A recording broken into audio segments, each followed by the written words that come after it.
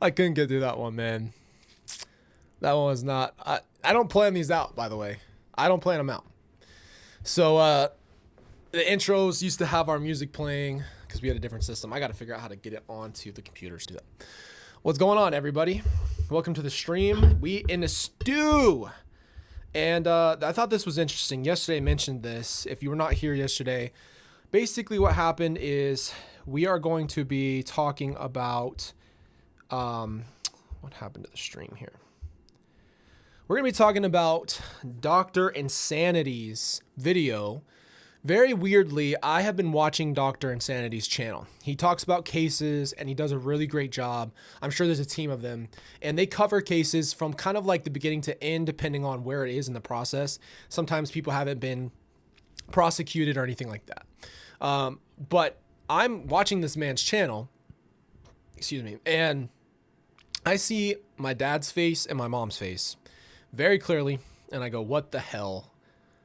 And it's just weird when you know, like you're watching a channel and then all of a sudden you see your family. And so what I love to do is just watch this with you guys, kind of get some context.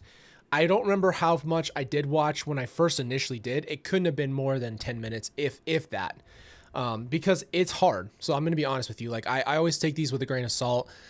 It's not an easy thing to just jump in and talk about, but what I like to do is provide context and then also, you know, be able to just kind of like put aside any rumors or like misinformation or misconception. So hopefully our stream is good. It's all credit goes to Dr. Insanity and his channel.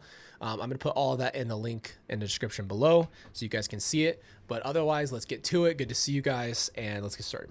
Lori Vallow Daybell is a former beauty contestant. Hold on. If there's captions in the video, we're turning captions off.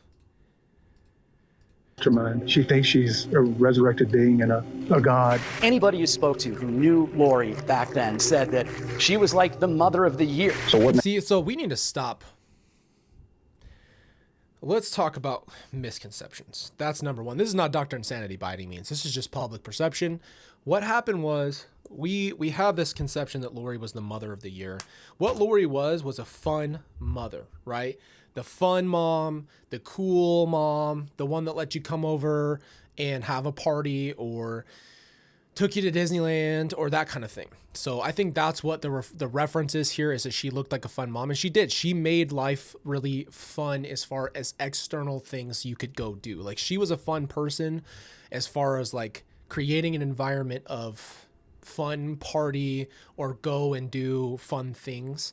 What I've learned as a parent is that your job is not to make your kids' life fun. That is not your job as a parent. Your job as a parent is to steward your children and to teach them the ways of where they should go and teach them how to live their life outside of you. Even as they're younger, you teach them as they get older how to take care of themselves, how to emotionally regulate themselves, how to be everything. You know what I mean? But she was more like your friend, everybody's friend, and the cool mom. Makes her a danger to herself and to others. Threaten me, murder me, kill me. We're gathering together as saints, as brothers and sisters, and preparing for the second coming of Christ. She threatened to murder you? Yes. 6 months later, Vallow was shot and killed. Police say they found a man with gunshot wound who was later pronounced dead. The first death, it kicked off this multi-state mystery. Inside is Lori Vallow's husband, dead on the living room floor. What happened today? How did it get to this? She said, you're not Charles. I don't know who you are, what you did with Charles, but I can murder you now with my powers. The only real time I've seen this body cam footage is with the documentary. So, yeah. So how does she pose a threat to your children? Lori, where are your kids?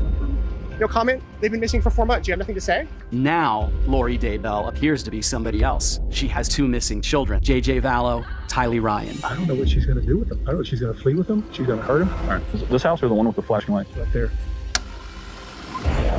Cars are all fine. All right, where my kids are? Well, get in. Oh my God.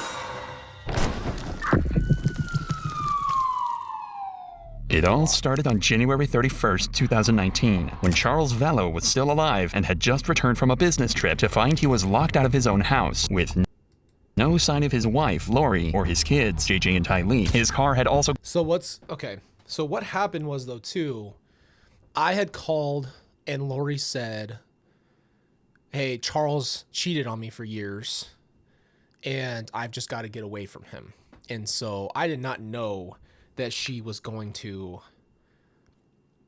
do all that. I didn't know she got rid of all his stuff or put it outside or did whatever she did with it. I just thought she left the house with the kids. And that was what also kind of sold it for me in a sense, is because it looked like she wanted to get away from the man who had cheated on her. Gone missing, and a large sum of cash had been withdrawn from his bank account. So in an effort to get some answers, he called 911. So what's going on tonight? I can't get in touch with our kids. How old are your kids? 6.5 and 16. She's lost her mind. I don't know how to say it. She thinks she's a resurrected being and a God, and remember the 144,000. Jesus is coming next year. So what makes her a danger to herself and to others? Yeah, that's crazy. That's just crazy. I just feel like I have to provide some context here. Charles and I did not discuss these topics. This was not something that he and I talked about, because I feel like if we would have had a discussion, and again, like I said, this is my fault. I always take responsibility. I stopped talking to Charles because I thought he broke up my family. So I basically was in a position where I was like, yeah, you cheated on my mom. You broke our whole family up. You ruined our family as a whole. Obviously, I'm married and having my baby, but you know, if we would have had a conversation about what he was really going through, if I would have listened to him, I would have went at Lori too, because this is all nuts stuff. She said she's a god. Threatened me, murder me, kill me. She threatened to murder you? Yes. She said, you're not Charles. I don't know who you are, what you did with Charles, but I can murder you now with my powers. Is this just all recent, or has it been going on? It's been going on about 4 or 5 years. It's gotten really, really bad lately. She 4 or 5 years. Goes to the temple every day and speaks with Moroni and Jesus Christ. Last couple of days, she says, I'm not Charles. You're not Charles. You're Nick Schneider. According to Lori, Nick... Wait. 4 or 5 years? I'm confused about that. The religious stuff has been, but the intensity of what she's saying, I had never heard anything near this level until even way after all the case started and she started being exposed for her religious beliefs. Only thing she said publicly to everybody is that she had seen Jesus in the temple. And my thought process at that point was, well, you can't really tell someone yes or no they've seen Jesus, because that's just one of those things you can't really argue with someone about. Schneider is an evil spirit who has possessed Charles' body, and he believed these threats against his life were very real. In the last few years, she had become obsessed with the teachings of a man named Chad Daybell, a man well known for writing dogmatically and teaching his thoughts about the end of days, the second coming of Christ, and other more unique concepts like evil spirits and zombies. Both Chad and Lori were also members of Preparing a People, a cult who were preparing for the second coming of Jesus Christ and the end of the world as we know it. Lori also believed she sent by God to lead the 144,000 into the millennium. Was a member of the 144,000, a group of high priests who will administer the everlasting gospel to the world in its last days. She also believed They're that not really high priests. Not in the book of Revelation. You have to read the book of Revelation for context here. You really do. every human was on a scale between light and dark, and the darker one's spirit was, the more dangerous they were to her and her beliefs. Lori had actually become so... Yeah, that's not necessarily wrong, but if you look at it in context, everybody who was light and dark was somebody who had opposition against them specifically. So spouses for their people in their cult, anybody who had any opposition in their way of their direct plan was labeled dark. So involved in this new religious belief that Charles had become concerned not only for himself, but his two children as well. She said to me, Charles' stuff is gone. You're not Charles, your stuff is gone. I don't know what that means. And how long have you been trying to get in touch with the kids? Yesterday. So how does she pose a threat to your children? I don't know how you respond to somebody that says that you're a demon and no longer a person. I really don't know what I would do in that situation either. No way I could ever tell you.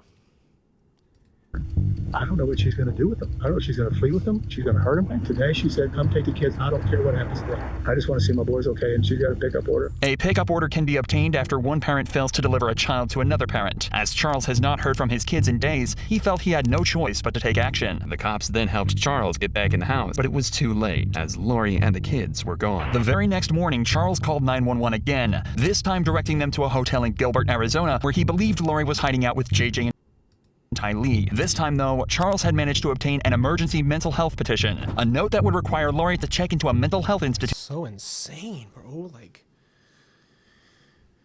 oh my gosh. And she actually was at that hotel, bro.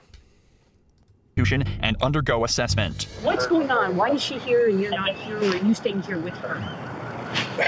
Long story. She's had kind of a break from me. I've tried to support her as much as I could, but it's gotten really, really bad lately. She's had a break. She says, I'm Nick Schneider. I've taken over Charles's body, and Charles will get killed. I'm going to kill you. You're going to murder today or tomorrow. Charles had already tried to find Lori earlier that morning. That's literally JJ's school. That's crazy. By turning up at JJ's school, but despite seeing her car in the parking lot, there was no sign of her at all. However, she had left her purse in the car, so Charles took it in hopes that it would stop her from getting away. This worked perfectly, as she walked into the Gilbert police station later this same morning to report her missing purse. Okay, so here's context. We're literally, as this is happening, Tylee needs to go get the medicine for JJ. There's an altercation between Tylee and Charles on the phone. I called Charles, and this is when he said, your mom thinks she's a god. And I'm like, what are you talking about, bro? Tylee said she was sent here while Lori is being detained at this thing. Melanie Gibb is with her, by the way. Lori is being brought in for this evaluation. We think Charles, like for me, I'm thinking Charles is over, like this is crazy. Like, where are you getting this she's a god thing? That's the only thing he said. And I remember now, and like I told you guys, it breaks my heart now, but in the moment it didn't make any logical sense for him to say that. And then he basically said, I don't want to talk bad about your mom or make you feel or think anything bad about your mom. So he was protecting my thoughts and how I felt about Lori for my own sake. But that also didn't help because there was no real context there. And like I said, I wasn't going to listen to him go on and on and on. So I don't know. It was just a really bad recipe. But Lori manipulated this whole situation. But her version of events was much different. So this morning when I took my son to school, like he was waiting somewhere and like stole my purse out of the car, my whole purse. So my phone, my wallet, my money, my everything was in there. What is it like that motivates him doing this kind of stuff? Does he say why? I caught him cheating and I had evidence and I told him about it, and he travels a lot for business, so I told him about it and told him not to come home and that his stuff would be gone and that his car would be gone and all this thing. So he's a little mad. She claimed that she'd caught Charles. I think that's Tylee. Having an affair and told him not to come home, locking him out of the house and taking his car. The first of many carefully fabricated lies that would not only ruin Charles's life, but end it. Police informed Charles that he can't steal Lori's property no matter what the motive. A deal was then formed between them saying that if Charles returned her purse, then the police would immediately follow up with the mental health petition. But eventually it went through and Lori underwent her assessment. However, in 2 hours, Lori was released with the doctors finding no issues at all. This decision sentenced Charles to death and put his kids' lives in jeopardy. Charles filed for divorce, and 6 months later, his body was found at Lori's house with 2 gunshot wounds across his body. The fate of his children was now in the hands of their delusional and dangerous mother. Hey, team, we got one subject down, apparent gunshot wounds to the chest. He's right here in the living room. You came at me with a bat? Yeah. I'm laying on the ground next to a case. You want to stay here? I'll see if I get this guy's info. When Charles's body was found, an investigation determined the shooter to be Alex Cox. Man, fuck this. This is crazy. It's just so weird to watch someone I've been watching talk about cases cover this.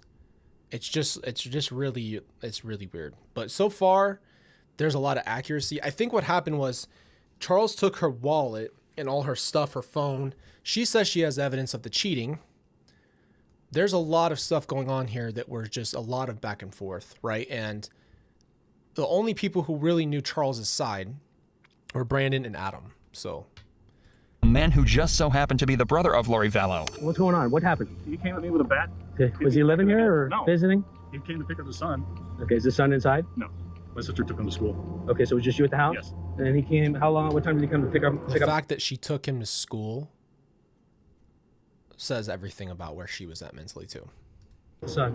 I don't know, 20 minutes ago maybe. Okay, so you know who he is, let him in? Yeah. Okay. No, I think they were talking earlier, then she left, and then he got into it with me. Like what? What do you mean? Yeah. I don't know. He was. Alex seems very vague in his answers and says he can't remember exactly what happened, other than the pair simply got into a fight. But those kinds of... earlier, that's not what you said in your police interview. You went on and on about them arguing, and then Tylee and you also accounted for you going into the bedroom and then the chasing around the house and all of these different things. So there was actually a lot of other things said that were not true. Jonas says, I'm sure Charles would be proud of the man you are. Thank you. That means a lot. Yeah. You know, I worked through therapy, bro. I'm just going to be super raw and honest. Like, I'm always going to feel... I don't want to say that. That sounds like a sentence to emotional problems, but I just feel I'm always going to feel like I should have done more and I should have listened and talked to him, and I always will regret that. But, you know, I can't change the past and I can't live in the what ifs, but it's very horrible. But there's one person who's responsible. Well, there's him, Alex, Lori, and Chad, and others are responsible. Answers aren't going to satisfy the cops, especially when there's a dead man involved. So you get in an argument? What is it over? Well, it was over my sister. He was getting physical with her, and so my niece came out with her bat. And That was never mentioned that they got physical. Ever. When did Charles physically ever touch Lori? the bat away from her. Wait a minute, I thought you said your niece left. She did. This was before. So before your sister and your niece left, yeah. At some point your sister and her husband are arguing, yes, verbal argument, and then your niece pulls out a bat. Well, it wasn't verbal. He was getting close, and she came out to defend my sister. But you said that she was getting they were getting physical. That's a big difference between someone physically touching you and getting in your face or anything else. There's no physical contact that's not physical. With her bat. Your niece? Yes. Okay. And then she poked at him, and then he took it away. Okay. And then he's coming back at me, and he still got the bat in his hand. Like, what are you doing? And where are you at? Where are you both in the at? living room. Okay. And then I turned around, and he hit me in the back of the head. No, because he just said in his interview that they went to the ground, and when he never turned around, he said he went to the ground and he hit him with the bat like this, and he showed it. Come on now. I'm not an expert, but come on now. I went to my room and got my gun. So you went to your room, meaning the room you're staying in? Yeah. Okay, and you brought a gun with you? Yes. Do you always bring a gun? Okay, why didn't you stay just in your bedroom, close the door? By the way, most people who carry usually carry almost every time they go anywhere, and you have a holster that you would therefore own that you would carry. Alex did not have a holster. Alex had it in a zip case. You didn't think about it, or? This final statement should actually have torn down Alex's entire argument, as it technically proves this wasn't self-defense at all. When Alex went to his room to grab his gun, he should have been able to usher his family inside, close the door, and stand his ground from there. Instead, he grabbed his gun and without a second thought, ran straight up to Charles and shot him. But at this point, there were still That's not even what happened at all. It doesn't matter there's no evidence against any of that, but that's not what happened anyway. So Alex is obviously just wanted to. They planned it. It's that simple. So many looming questions. The cops decided to bring in all parties back for an interrogation to try and get to the bottom of it all and figure out exactly what happened to Charles. Start where you think it makes the most sense. Okay, so we moved into this house 3 weeks ago because he offered to give me a house here where all my family is. So we were in Houston. We had decided to separate or whatever. So he's like, well, I'll pay for a house for you and for JJ and whatever, because he's all about JJ. He's never about Tylee, but he's all about JJ. Because we adopted him together. He's his great nephew. If Tylee's a minor and she lives with you, he'd be getting a house for Tylee too. So can't really argue that point. Adopted him as a baby. He came when we first moved in and brought me stuff from Houston, like a U-Haul, and then he hasn't been back. But it's all these threats on my phone all the time, like whatever, all these things. And then he told me, what kind of threats? Just, he's always mad at me, right here, and he doesn't want a divorce. You see how it's all about her? Let's do some psychology work real quick. It's all about, okay, well, he's always mad at me. That's actually the exact opposite, and that's pure projection. She's always mad at him.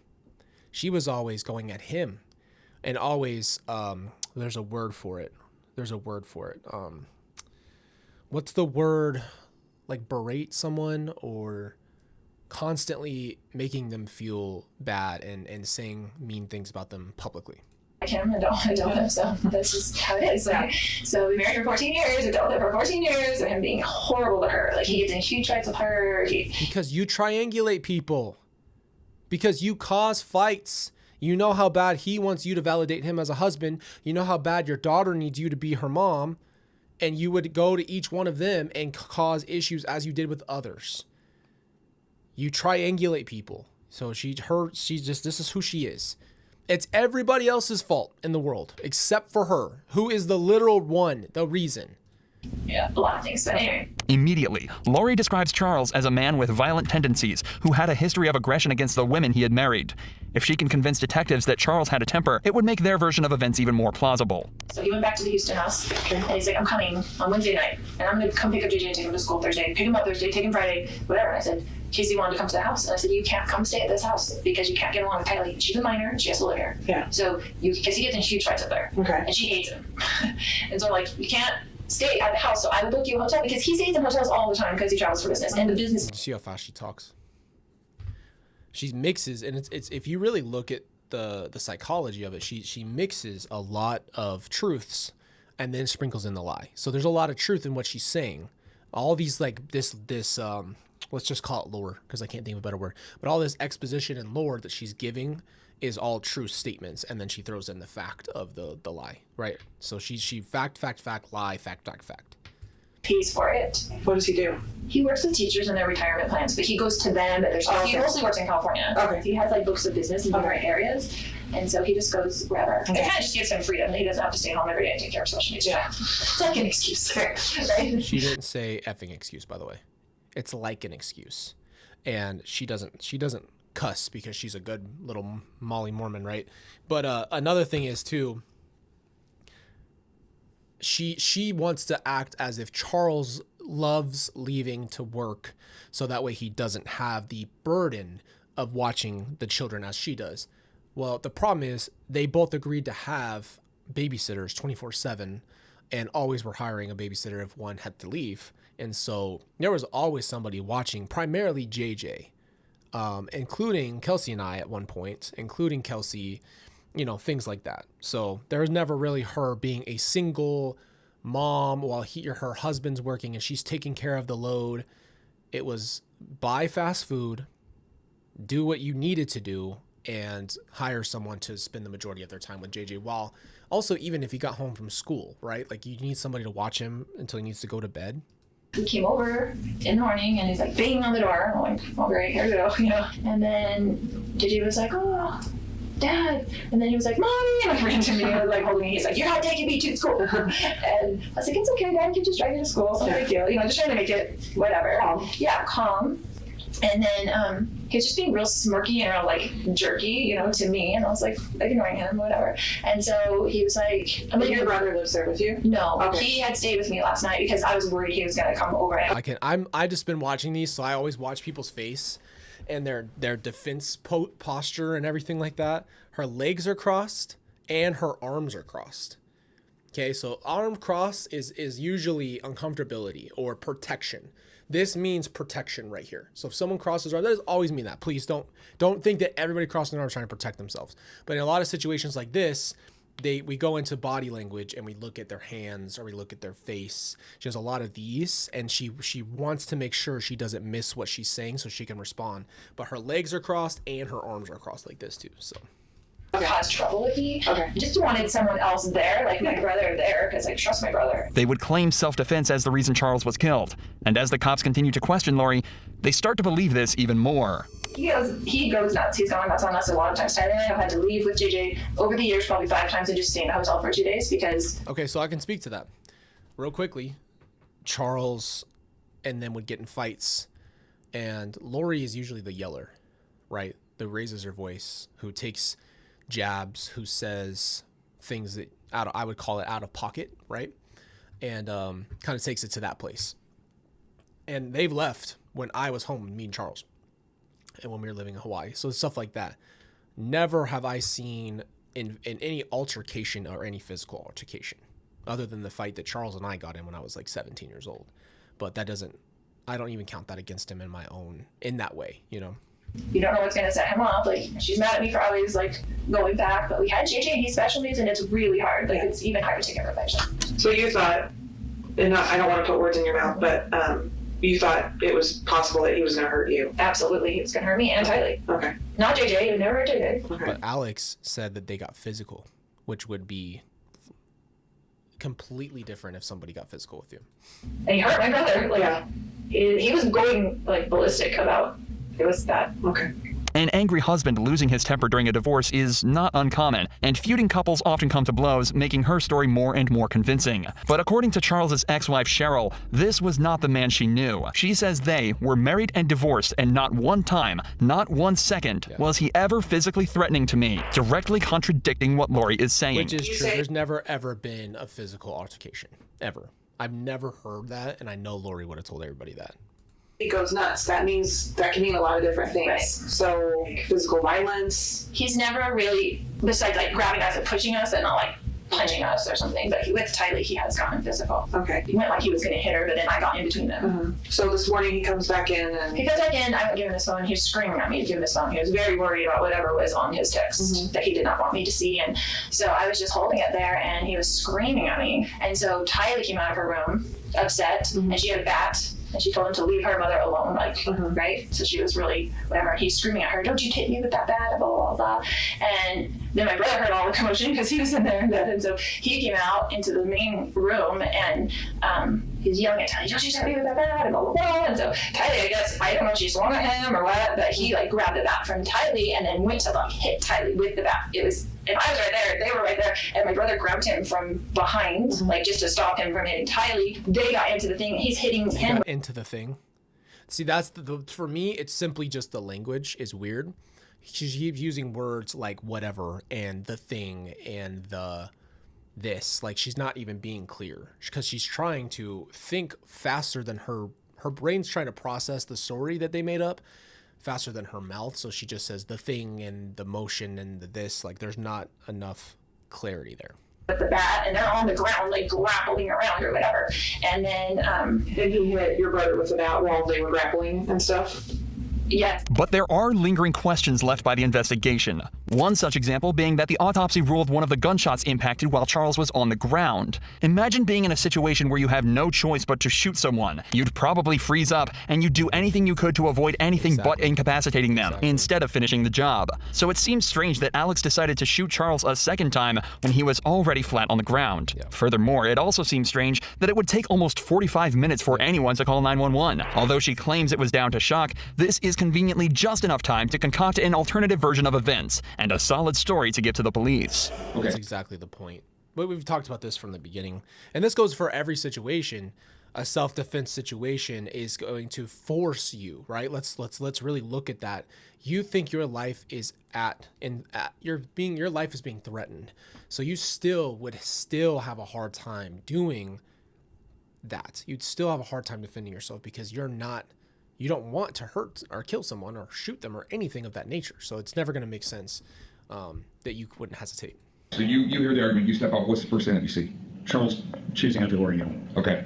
Had Tylee already gotten the bat? Did he already have the bat? Okay. So Charles is coming towards Lori. He's coming towards Lori, and I shoved him back. Okay. I said, what are you doing? Wow. To see it all together, because we watched it separately, but to see it all together, Lori said Tylee came out with the bat. That's how the altercation started. Alex comes running in and immediately stops Charles because Lori got in between the bat and Tylee and Charles.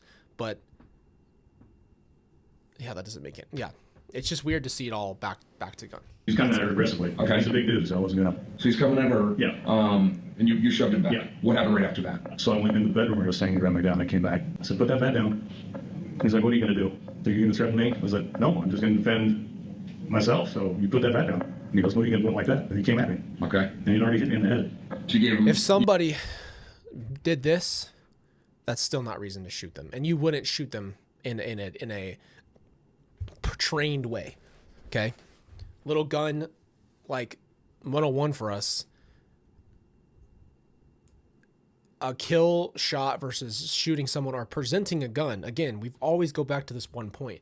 Presenting a gun in any time should deter most people. I mean, almost anybody, no matter how rageful they are, a gun should be a deterrent of that person. And then lastly, you usually wouldn't go to shoot them to kill them. I think you'd want to shoot it. What I personally think what I would probably do is shoot above me or to the side or to the floor or something of that nature to warn them, hey, this is serious. Now you know, because the stakes have to be there.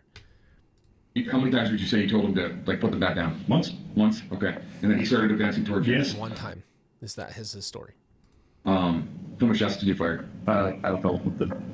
You don't shoot someone on the ground unless you want to take their life. Let's just be honest with ourselves. One of Lori's friends later reported that Lori had said Alex believed her theories about Charles being possessed by evil, and the reason he was at the house at the time of death is simple. He believed Charles was going to try and kill Lori and moved in with her to help keep her safe. I didn't see the shot, I heard it, and then I came back around and I saw that he was on the ground. So I have my theory, and I hope this never sounds like I'm coming off in a callous way. It's just that when this is your life, you just think of things like this. There's a lot of theory of what happened with that second shot. I have come to think that maybe Lori was the one who did that or was there and watched. I think she's that sick. That's my personal opinion. And was freaking out. And so I was just freaking out, and it just went into mom mode. I'm like, I've got to go to get JJ to school, but I get to the kids. I just went like, I gotta get to the kids. And so I just went outside and to see if they were in there okay. I didn't want them coming back in the house when all that was going on. And Tylee was like looking at me with like the crazy eyes, like what just happened. And I told her to get in the car and we're gonna take JJ to school. And I just left. Why would When you came back in, like Trina K proved this in court, why would you need to go get new shoes too? Why would you need flip-flops? and you saw him on the ground, where was your brother? Did you see him where he was at? Yeah, he was right in front of him. Did your brother say anything to you at all?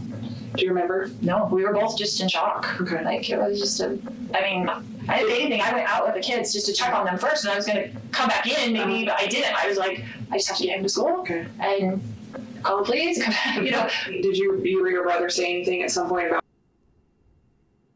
JJ's school's not that far from their house, number one. So they called so late after anyway, that number one, if you knew you shot someone, that if you did, even if you shot them in the ear or the arm or anywhere else and you waited 45 minutes, they have a good chance of bleeding out. We know that.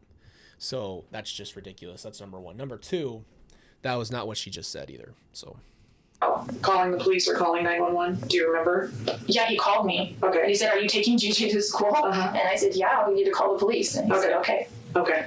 So he called you when you didn't come back inside, basically? Right. Because I was like in the car for a minute, and then I was like, what do I do? It looks on the surface that an enraged Charles stormed the house and started shouting at Lori. Alex decided to intervene, fearing for his sister's life, but what started as a disagreement quickly turned into a fight, one that would end with Charles lying cold on the ground. And Tylee seems to back up what Lori and Alex said when she tells her version of events. I opened the door, and it was my stepdad, and he was just screaming at both of them, and so I just kind of stuck the baseball bat out there, and then he just grabbed it, and so I fell to the ground, and then my uncle I saw him take a step back, so my uncle, I think, grabbed him and kind of took him back so he couldn't do anything, and so my mom said to go with JJ, and so I ran out the door, and then I kind of just stood there, and then eventually my mom came out, and then I heard a noise, which I know what it was now, but it sounded like someone took it and hit it really hard against the floor. Okay. So I just wanted to make sure that my stepdad didn't do anything to my uncle and stuff. And so she was like, no, I was fine. We're just gonna take JJ to school. And I was like, okay. Despite Charles's lack of a violent history and how many times Alex nearly slipped up on scene,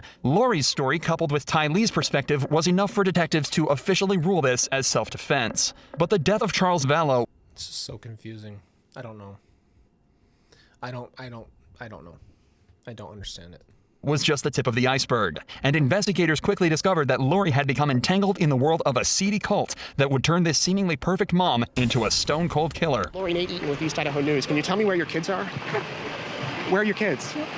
No comment? They've been missing for 4 months. You have nothing to say? Listen, just tell people what's happening. There's people around the country praying for your children, praying for you guys. Why don't you give us answers? That's great. Just days after Charles's death, Lori decided it was time for a change and moved the entire family across the country to Rexburg, Idaho. It wasn't days. Oh, a strange choice at first, until you realize that this was the hometown of Chad Daybell, and Lori was now living minutes away from a man who had not only convinced her that her husband was evil, but was now beginning to spin the same evil stories for her kids as well. But this is when detectives met Melanie, Lori's best friend and another member of her cult. She was there to spill all the sordid details on their ideology and the belief. She didn't spill anything until after the case got to where it was, and those interviews were way not early on, so let's just be real with that. It's that could soon nothing. She got her ass thrown under a bus, and then she was like, "Oh yeah, well, here's what's going on." Yeah, it was not a let me tell you how crazy this is. to the death of Lori's kids. Chad said that it's some childhood friend that Charles had, and that he died, and then he came back as he didn't ever leave. He was an unclean spirit that got trapped on the earth, and he was now attached to him for years, and he'd been studying him, right, and his behaviors and stuff like that. And so then he pushed his spirit out of the body and took over. That's what he said. Push Chad, Charles' spirit. Yeah, so his spirit now moved on. So she believed that Charles was gone. He was already gone. So she was treating him like he was an ex-fighter. This is all extremely confusing, but simultaneously eye-opening, as it gives us a direct window into what Lori believed about her own family. Yeah, but it doesn't make any sense because so did Melanie. Melanie was praying for Charles to get in a car accident with JJ in a seance. And I'm not saying this is not Dr. Insanity's problem. I'm just trying to say in context, to hear it all, to know it all, just makes it different, very, very different. Apparently, she thought Charles was possessed by a dark spirit, and by that point, he was already gone. So did Melanie Gibb and Pulowski and that whole squad, bro. You cannot take that away. There's so many people that testify to that. Problem is, she thought the same for her children. Charles had corrupted them, and they'd turn into zombies. No, that's not what happened. Charles didn't corrupt them. That's not at all what happened. So you mentioned zombies. Yeah. Was that ever a term that you were exposed to by them? Mm-hmm. Okay. Tell me more about the zombie. She said she had a dream once. An earthquake happened in Utah. People that fell on the earth, if they were able to get rid of all the zombies in the world, then those zombies wouldn't get into those dead bodies and come back. I remember one time she took a map and she's like, okay, here's the United States. We're going to do a prayer. Let's find out how many zombies are in Arizona. Okay, there's 20,000. And I don't even remember the numbers, it was saw out there. And then she'd say a little prayer, whatever words she'd come up with that she thought were powerful. And then he would check, oh, somebody died. Look, you can come find out. So then that was her way. In my opinion, what I saw, at least, was just through a prayer that these people would pass away. Lori believed that if the earth was to truly be pure, all the zombies had to be killed. Chad also began to feed Lori more and more fantastical lies about how the world worked, including... Exactly. That's the point. I think we always have to go back to, they're just both as guilty and everything, but Chad was the one feeding the information. Lori did fact check with Chad, which I think is insane. Ascension, translation, and the ability to meet with God himself. And then they had a scale of 0 to 100% how much you could trust people. I was supposed to be like 97%. They were always building me up. Anyway, she would sometimes share 97% out of 100. Yeah. Like, oh, this person or that person, that's not trustworthy at this person. That was their looking. I'm worried about, maybe you know or don't know, vibrations. So vibrations, yes, I'm aware of that too. So according to how he would check, he used that little pendulum thing a lot. I didn't know that in the beginning. But anyway, 1,000 was supposed to mean, if you got to 1,000, that means you're translated. Or you're beginning your translation. And then as you get higher in your vibration, you could portal at some point, maybe, to remember what you would say, 2,500 maybe. Oh my gosh, it's like power levels, bro. Like, if you've ever watched some of these movies that use in shows, one that comes to my mind immediately is Dragon Ball Z. Like, they use these power, like, oh my gosh, you're at 62,000 power level. Like, it's like a video game or a TV show.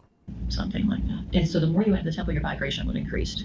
So it's just like your light would increase, your vibration, that kind of idea. Okay. If that makes sense. Lori had become bro.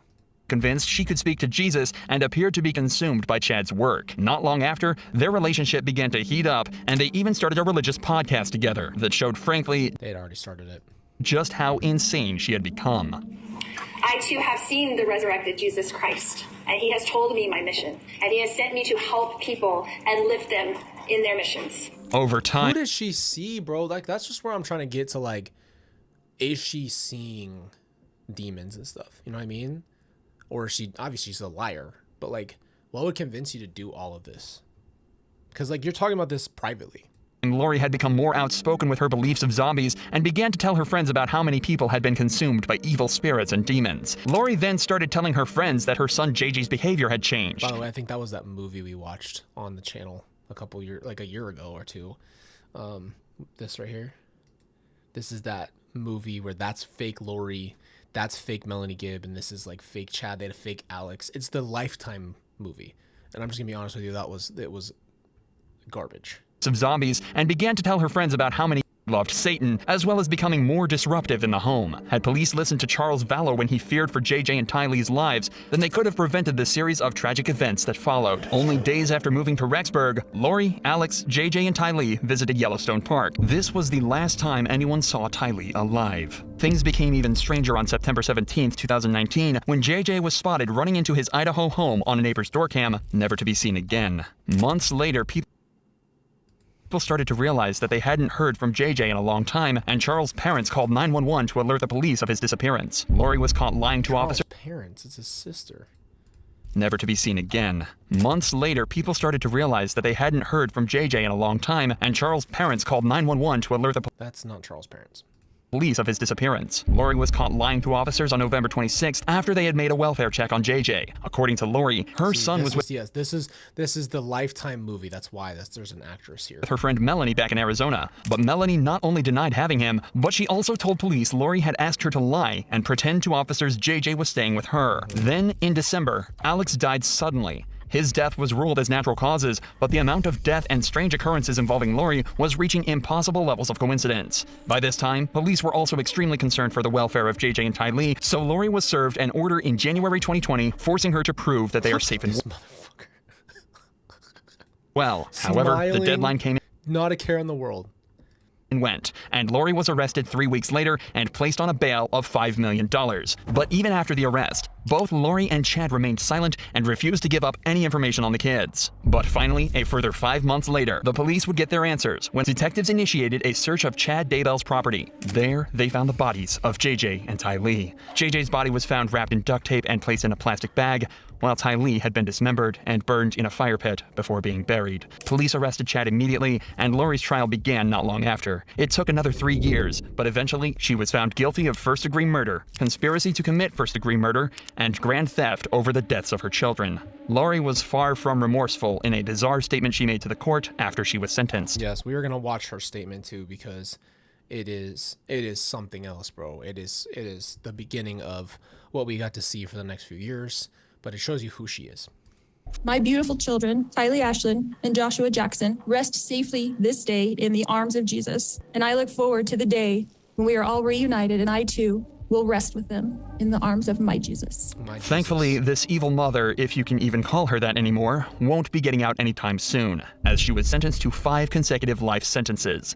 She's not finished in the courtroom yet, though, as her trial for murdering Charles is set to start in April 2024. As of March 2024, Chad Daybell is yet to go to trial, but he could be facing a similar conviction and a lifetime behind bars. Interesting. Well, yeah, I think it's weird. I mean, I know that people aren't perfect and they don't know your story inside and out. So, whoa, I never expect that. I think where I always come in is like, if there's misconceptions or misunderstandings, it's important to just know, like, people watch that. They don't know. They're expecting you to be able to get the information to them. So I think overall that was very accurate. Obviously, though, this is another reason I wanted to watch this, is explain to you guys how quickly we move through this stuff sometimes. I think that this is how it always kind of comes around, right? It's Lori, Chad, Alex, and way less more about the people and the victims, and more snapping through information. So there's a lot more to all of these stories. Anyway, I just want to say thank you guys for watching that with me. It's a lot. We've got a lot more that we're going to be doing this next week. Today is our Friday, so we're going to be taking Saturday and Sunday off, and then we'll be back on Monday. Starting on Monday, I've got, I guess I would say, a surprise for you guys. So I hope you're excited about that. And yeah, just keep up to date with the community tab if you can. That's where we're going to be posting all of our stuff. Other than that, love you guys. It's good to see. I know we have some new warriors, and yeah, appreciate our warriors, our chiefs, our mother frickin' ones. And thank you, mods. You guys really are amazing, and you just do so much for us. So thank you guys. Appreciate you. Love you. Have a great rest of your weekend, and I'll see you soon.